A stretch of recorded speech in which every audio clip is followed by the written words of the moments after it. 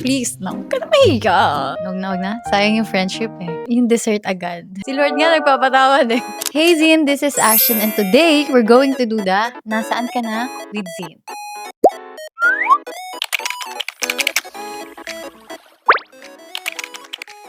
Kung mag-repent naman, nag-explain, I'm nag-story, why not? Diba? Si Lord nga nagpapatawad eh. Ako pa kaya. Second chance lang wala nang third, fourth, fifth, wala na.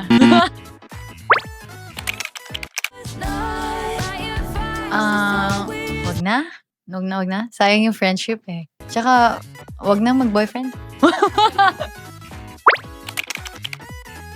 Ay, on the way na talaga ako.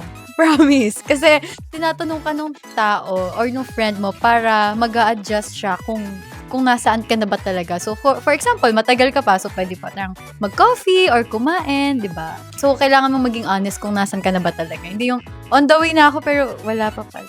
Bad yun. Ayoko din. Parang, I respect yung mga time ng mga kasama ko, mga ka-work ko. Ayan. Kung malilate ka, okay lang as long as sasabihin mo na malilate ka. Actually, yung dessert agad.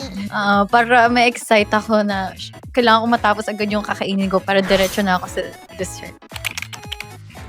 Ice cream. Ice cream ako. Puro kalokohan at puro nakakatawang videos yung mga nasa FYP ko. Always. Hindi ko siya magawa. Hirap. Hindi ko magawa. Actually, since nagpe-prepare ako for the concert, wala akong time na manood ng mga series or ng movies pa. Pero siguro after. 5 years ago, I think mas may tiwala ako sa sarili ko ngayon. Mas confident ako compared 5 years ago. And I think mas happy rin. Girl, please na, huwag ka na mahiya. Kasi parang recently, ang thought ko kanina, paano kaya magkaroon ng confidence kagaya ng mga dancer? Parang sobrang na-amaze ako sa confidence na meron yung mga dancer. So, siguro, sasabihin ko sa sarili ko to take more dance open classes para mas matrain niya yung confidence and ma-apply niya and ma-adopt niya kung ano man yung confidence na meron yung mga nakakasama niya.